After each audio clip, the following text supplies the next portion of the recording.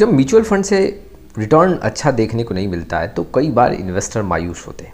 सबसे ज़्यादा जो क्वेरी इन्वेस्टर के साइड से यहाँ पे आ रहा है वो है कि आखिर म्यूचुअल फंड में जो पैसा नहीं बन रहा, क्या यहाँ पे हमें म्यूचुअल फंड में बदलाव करना चाहिए या फिर यहाँ पे म्यूचुअल फंड से पैसा निकालना चाहिए। कई ऐसे इन्वेस्टर हैं जो अपने म्यूचुअल फंड में बहुत फ्रिक्वेंटली बदलाव कर रहे हैं। क्यों? क्योंकि उनके म्यूचुअल फंड में रिटर्न देखने को नहीं मिला है। आज के वीडियो में विश्लेषण क्या होगा, क्यों म्यूचुअल फंड से आपका पैसा नहीं बन रहा है, इस पे मैं आपके सामने कुछ डेटा रखूँगा। जी हाँ, यहाँ पे कुछ चार्ट के थ्रू आपको समझाऊँगा और वाकई में इन्वेस्टर यहाँ पे क्या गलती कर रहे हैं उसको भी समझेंगे। लेकिन उसके पहले mutual fund related complete solution चाहिए तो आप हमारे साथ जुड़ सकते हो। जी हाँ, डिस्क्रिप्शन बॉक्स में आए डिटेल चेक करें और व्हाट्सअप नंबर के थ्रू हमारे साथ जुड़ सकते हैं। देखा जाए तो अधिकतर इन्वेस्टर जो हैं, जो 2 साल या 1.5 साल पहले इन्वेस्टमेंट स्टार्ट किए हैं, उनको नुकसान काफ़ी ज़्यादा देखने को मिल रहा है या फिर पैसा जो है सिंगल डिजिट में रिटर्न यहाँ पे देखने को मिल रहा है। जो ये गिरावट हुआ, मार्केट में जो दबाव देखने को मिला, उसके बाद कुछ रिकवरी हुआ, तो अधिकतर म्यूचुअल फंड पोर्टफोलियो में अब रिकवरी हो चुका है। नुकसान कुछ एक पोर्टफोलियो में देखने को मिल रहा होगा या तो सिंगल डिजिट का रिटर्न देखने को मिल रहा होगा। अब देखो, ऐसा क्यों देखने को मिल रहा है? ऐसा इसलिए हो रहा है कि मार्केट से हमें पैसा नहीं बना है। आपके पोर्टफोलियो में लार्ज कैप होगा, mid cap, small cap, flexi cap. अब मार्केट से ही पैसा नहीं बना है तो आपका म्यूचुअल फंड रिटर्न कैसे दे सकता है? एक एग्जांपल के थ्रू मैं समझाता हूँ। मान लो आप यहाँ पे दिल्ली टू कानपुर आप बाई रोड जर्नी कर रहे हो। आपके पास जो भी गाड़ी है, जो भी कार है, अगर मान लो कुछ वो डैमेज हो जाता है या फिर इंजन में कुछ प्रॉब्लम होता है तो आप बीच दूसरे ट्रांसपोर्ट सर्विस लेके और आप डेस्टिनेशन पे पहुंच जाओगे। लेकिन ऐसा हुआ कि मान लो आप दिल्ली टू कानपुर जर्नी कर रहे हो और रास्ते में कोई पुल डैमेज हो गया या फिर ट्रैफिक काफ़ी लंबा लग गया।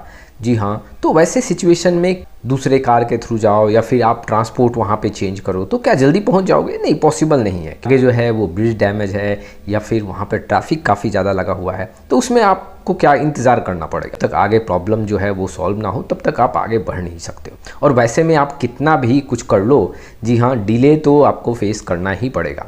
वैसे ही म्यूचुअल फंड को आपको समझना पड़ेगा कि अगर आप किसी म्यूचुअल फंड में पैसा लगाए हो और मार्केट ने ही पैसा नहीं बना के दिया तो आप कितना भी म्यूचुअल फंड में बदलाव कर लो, आपका रिटर्न काफ़ी अच्छा देखने को नहीं मिलेगा।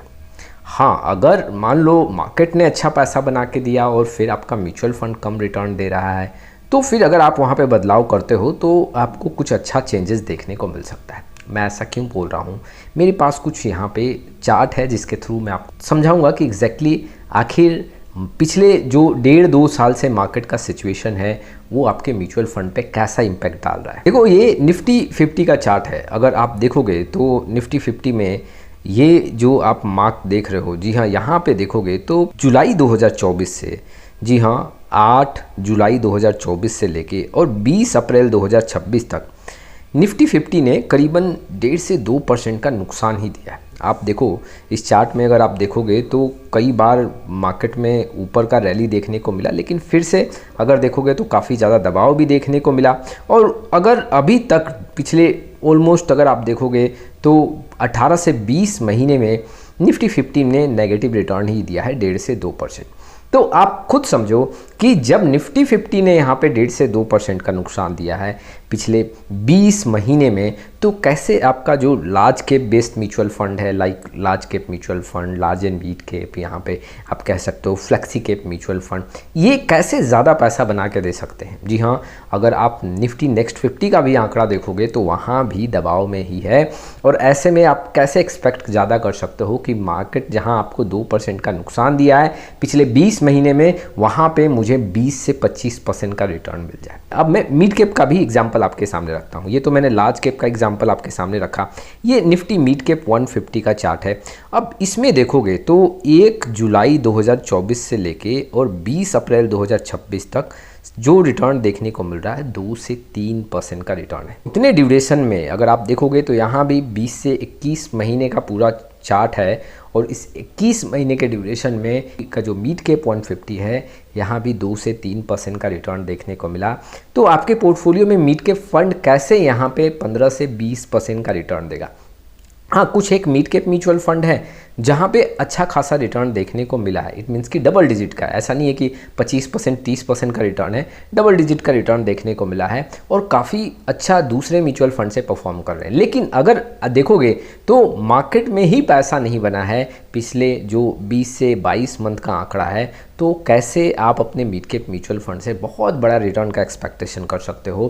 देखो, टाइम टू टाइम मार्केट में अगर पैसा बन रहा है और आपके म्यूचुअल फंड में पैसा नहीं बन रहा है, तब वाकई में आपको चेंज करना चाहिए। लेकिन जब मार्केट में ही पैसा नहीं बन रहा है और फिर आप अपने म्यूचुअल फंड से बहुत ज़्यादा एक्सपेक्ट करोगे कि मार्केट से काफ़ी हट के पैसा बनाए, तो ये काफ़ी कम चांस देखने को मिलेगा। ठीक वैसे ही निफ्टी स्मॉल कैप 250 का भी मैं आपके सामने चार्ट रखता हूँ।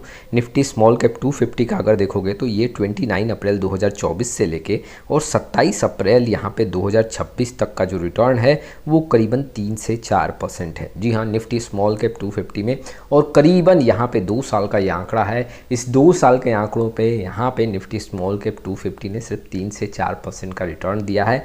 तो अगर आपने यहाँ पे इन्वेस्टमेंट किया भी है 1.5 साल 2 साल पहले, तो कैसे आपको रिटर्न ज़्यादा देखने को मिलेगा, जबकि निफ्टी स्मॉल कैप 250 ने ही सिंगल डिजिट का रिटर्न दिया है। आप देखोगे तो अधिकतर स्मॉल कैप म्यूचुअल फंड पिछले 1.5-2 साल में काफ़ी ज़्यादा यहाँ पे प्रेशर में है या फिर वहाँ पे सिंगल डिजिट का रिटर्न देखने को मिल रहा है। मैंने लार्ज कैप का इंडेक्स का भी, मिड कैप इंडेक्स का भी और स्मॉल कैप इंडेक्स का भी चार्ट आपके सामने रखा, और हर जगह लगभग 1.5-2 साल के आंकड़ों में आप देखोगे तो दबाव है ही, या तो सिंगल डिजिट का रिटर्न है, पॉजिटिव है या नेगेटिव है। और अगर आप नोटिस करोगे तो चाहे लार्ज कैप म्यूचुअल फंड हो या फिर मिड कैप म्यूचुअल फंड हो या फिर स्मॉल कैप म्यूचुअल फंड अपने पोर्टफोलियो में रखा है, वहाँ पे भी प्रेशर देखने को मिल रहा है। लेकिन ऐसा नहीं है कि हर इन्वेस्टर को यहाँ पे सिंगल डिजिट का रिटर्न देखने को मिल रहा है या काफ़ी नुकसान देखने को मिल रहा है। यहाँ पे जो भी इन्वेस्टर SIP के थ्रू पैसा लगाए हैं, जो भी इन्वेस्टर गिरावट में लमसम किए हैं, उनका रिटर्न जो है तो अच्छा देखने को मिल रहा होगा। फिलहाल इन्वेस्टर को मैं यहाँ पे यही एडवाइस करना चाहता हूँ कि बार बार फंड में बदलाव ना करें। मार्केट ने ही पैसा नहीं बना के दिया, और आपके फंड में बार बार बदलाव करने से आपको म्यूचुअल फंड से बहुत ज़्यादा रिटर्न देखने को नहीं मिलेगा। मार्केट अगर मूव करेगा तो आपके म्यूचुअल फंड में भी अच्छा खासा मूवमेंट देखने को मिलेगा। हाँ, अगर मार्केट अच्छा परफॉर्म कर रहा है और आपका म्यूचुअल फंड परफॉर्म नहीं कर रहा, तो वैसे सिचुएशन पे आपको फंड में बदलाव करना चाहिए, लेकिन एक बहुत सारे पैरामीटर हैं, उसको चेक करके आप डिसीजन ले सकते हो। फिलहाल मार्केट चाहे लार्ज कैप देख लो या मिड कैप देख लो या फिर स्मॉल कैप का आंकड़ा देख लो, पिछले 1.5-2 साल में इन्वेस्टर को मायूस से किया है। तो आप अपने मिड कैप, स्मॉल कैप और जो लार्ज कैप म्यूचुअल फंड है उससे बहुत बड़ा एक्सपेक्टेशन ना करें। मार्केट में अगर अच्छा मूवमेंट होगा तो आपके म्यूचुअल फंड में भी रिटर्न देखने को मिलेगा। तो ये कुछ इन्फॉर्मेशंस थे जो इन्वेस्टर के लिए इंपॉर्टेंट थे। आपका क्या राय है इस वीडियो को लेकर कमेंट बॉक्स में जरूर आए। फिर मिलेंगे एक नए वीडियो के साथ, तब तक के लिए जय हिंद, जय भारत।